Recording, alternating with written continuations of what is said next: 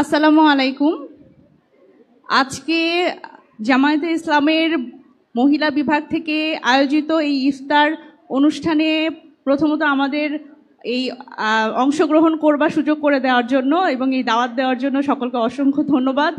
এবং এই আয়োজনে এসে আমার আসলে একটা খুব এমন একটা ব্যাপার মনে হচ্ছে যে আমাদের আসলে এই যে একসাথে যে হওয়ার ব্যাপারটা, এই যে রাজনৈতিক যে আদান প্রদান এবং এতগুলো মানুষ আমরা একসাথে যারা আসলে এই বাংলাদেশের এই পরিবর্তনের পক্ষে আমাদের সবার যে যাত্রাটা সেটি যে আমরা আসলে একসাথে শুরু করতে পেরেছি এবং আজকের এই ইফতারের মাধ্যমে আমরা এই সবার সাথে একসাথে বসে কথাবার্তা বলবার মাধ্যমে আমাদের যে নিজেদের মধ্যেকার যে রাজনৈতিক সত্তা সেই ধারণা আদান প্রদানের মাধ্যমে আমরা আরও সমৃদ্ধ হব।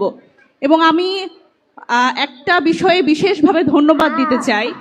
আমাদের সদ্য আমরা যে ইলেকশনটা পার করলাম, আমি নির্বাচন পরিচালনা এনসিপির পক্ষ থেকে এনসিপির নির্বাচন পরিচালনা কমিটির সেক্রেটারি হিসেবে দায়িত্ব পালন করেছি এবং আমাদের যে 30 জন প্রার্থী ছিল আমাদের 11 দলীয় জোটের, তাদের প্রত্যেকের মুখ থেকে আমি যেই বিষয়টা শুনেছি যে তাদের যেই আসনগুলো, প্রত্যেকটি আসনে আমাদের জামায়াতে ইসলামের যে আপারা আছেন প্রত্যেকের যে আন্তরিকতা এবং যেই আন্তরিকভাবে তারা আমাদের প্রার্থীর জন্য কাজ করেছে এবং প্রত্যেকের বাসায় গিয়ে আমাদের ভোটারদের সাথে এক ধরনের সংযোগ তৈরি করেছে, এটির জন্য আমি আসলে ব্যক্তিগতভাবে আলাদাভাবে আপনাদের কাছে কৃতজ্ঞতা জানাচ্ছি।